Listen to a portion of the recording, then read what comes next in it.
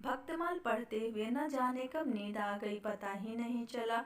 भागवत प्रेम में ही कई महात्मा हरदम मग्न रहते थे। इस तरह की लगन और भक्ति बड़े ही तप से प्राप्त होती है। क्या मुझसे वैसा तप नहीं हो पाएगा? जीवन में भक्ति से बड़ा क्या कोई सुख है? आभूषणों और धन दौलत से जो प्रेम हो वो क्या प्रेम। इनका तो नाम सुनते ही मुझे बुखार सा हो जाता है। सुशीला ने इन आभूषणों और फूलों से मुझे कितना सजाया था। उसे मैंने माना भी किया था ये सब करने से, लेकिन वो मानी ही नहीं। इस श्रृंगार के दौरान जितना हम लोग हंसे थे, बाद में मुझे उतना ही रोना पड़ा। आखिर किसी का पति ऐसा होता है जो अपनी पत्नी को सजा हुआ देखकर नाराज हो जाए।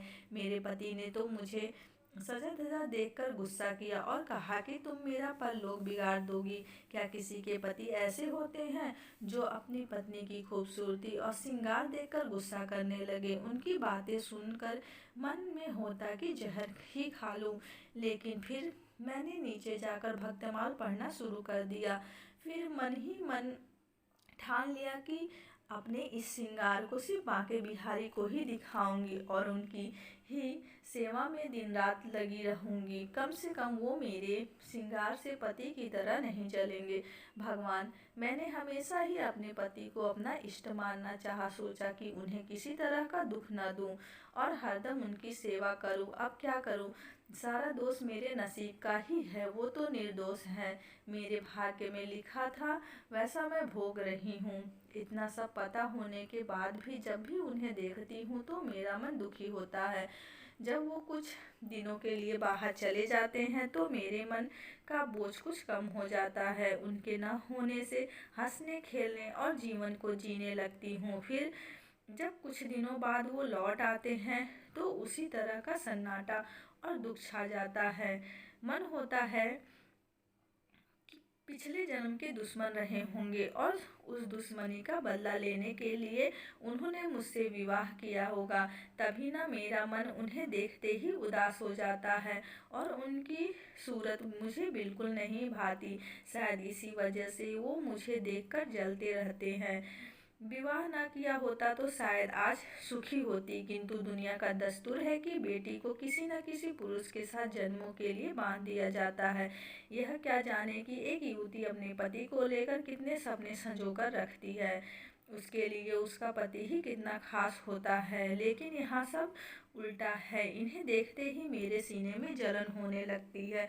इन्हें कभी देखकर आंखों को शीतलता नहीं मिली जो एक पति को देखकर एक युवती को मिलती है। उधर सुशीला को देखती हूँ तो दुख और भी बढ़ जाता है। वो हमेशा हंसती मुस्कुराती है, कभी अपनी गरीबी का रोना नहीं रोती।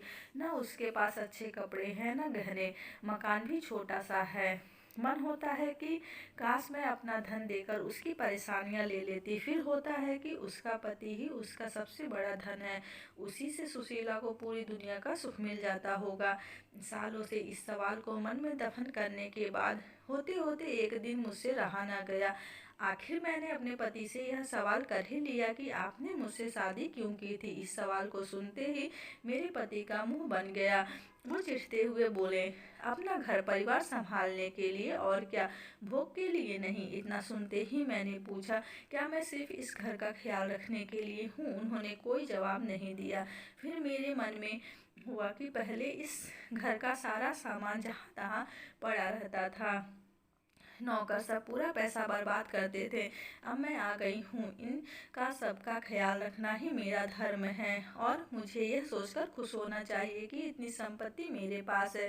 पहले मैं पूरे घर का ख्याल इनके बिना कहे रखती थी, लेकिन अब कुछ नहीं करूँगी। ऐसे घर किसी भी वस्तु को मैं आगे से हाथ भी नहीं लगाऊंगी। लेकिन कोई पुरुष विवाह सिर्फ घर संभालने के लिए थोड़ी करता है। उन्होंने जरूर ये सब मुझसे गुस्से में चिढ़कर कहा होगा।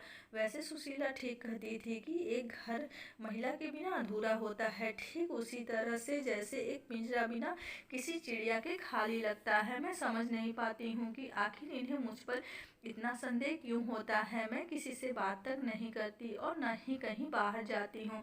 ऐसे में शक करने की कोई वजह भी नहीं है। क्या इन्हें समझ नहीं आता कि घर की इज्जत और मान मर्यादा के बारे में सब कुछ समझ समझती हूँ। किसी तरह की गलत हरकत करने की तो दूर, मैं इसके बारे में सोच भी नहीं सकती हूँ। कभी कभी मुझे लगता कि आधे से ज़्यादा उम्र निकल जाने पर विवाह करने वाले बुजुर्ग लोगों का यही हाल होता होगा। वे वजह ही अपनी पत्नी पर शक करते होंगे।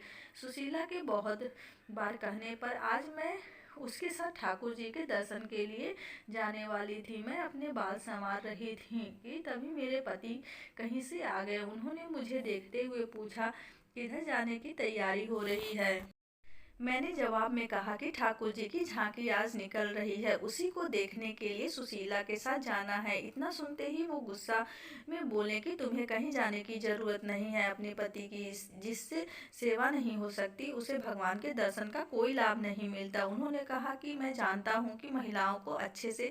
उनकी यह बात सुनते ही मुझे बहुत बुरा लगा। गुस्से में मैंने कपड़े बदल लिए और चुपचाप बैठ गई। मन में हुआ कि उस वक्त घर छोड़कर चली जाऊं, फिर देखती हूँ कि कैसे रोकते हैं, लेकिन पता नहीं क्या हुआ कि न जा पाई। इनके मन में हमेशा ये होता कि मुझे हरदम खुश रहना चाहिए, क्योंकि मैं इतने बड़े घर और दौलत की मालकिन हूँ। मुझे हरदम इनका गुणगान करना चाहिए, लेकिन यह समझते नहीं कि धन दौलत ही सब कुछ नहीं होता। अब ये 3 दिन से बीमार है, उन्हें निमोनिया हो गया है और कितने दिनों से करा रहे हैं, लेकिन मैं इन्हें एक बार भी देखने नहीं गई। सभी घर में मौजूद नौकर उनका ख्याल रख रहे थे, लेकिन मेरे दिल में किसी तरह की करुणा इनके लिए नहीं आई। मेरा मन इतना कठोर नहीं था, लेकिन जिस तरह से इन्होंने मुझे इस घर में कैदी की तरह रखा, हरदम शक किया और एक पल भी सुख नहीं दिया, उसके बाद इनके लिए दया मन में नहीं आती। मन होता है कि मुझे दिए गए दुखों का भगवान इन्हें दंड दिया है। अगर कोई समझे कि महिला को यूं ही किसी पुरुष के गले बांध दे और उसे किसी भी तरीके से रखे, सो पूरी तरह गलत है। सुना है कि वो अपनी बीमारी का दोष भी मुझे ही दे रहे हैं, लेकिन मुझे परवाह नहीं। ये चाहे तो किसी को भी अपना धन दौलत दे सकते हैं, इसकी मुझे बिल्कुल भी जरूरत नहीं और न ही लोभ है। माई, तुम किस्मत की लकीरें पढ़ लेती हूँ, आंखों से थोड़ी पढ़ती हूँ, अक्ल से पढ़ लेती हूँ। ये काम करते हुए ही सारी उम्र बीती है। तुम्हारे अब अच्छे दिन आ रहे हैं। मैं बस यही चाहती हूँ कि जिसकी जो मनोकामना है वो पूरी हो जाए। जवाब देते हुए बुढ़िया ने कहा। मैंने कहा, मुझे कोई धन दौलत नहीं चाहिए, जो मैं चाहती हूँ वह तुम नहीं दे सकती हो। तब बुढ़िया ने कहा, मैं जानती हूँ तुम्हें जीवन में सिर्फ प्रेम चाहिए और मैं ये तुम्हें दिला सकती हूँ। मैं तुम्हें प्यार की नाव में बैठा सकती हूँ।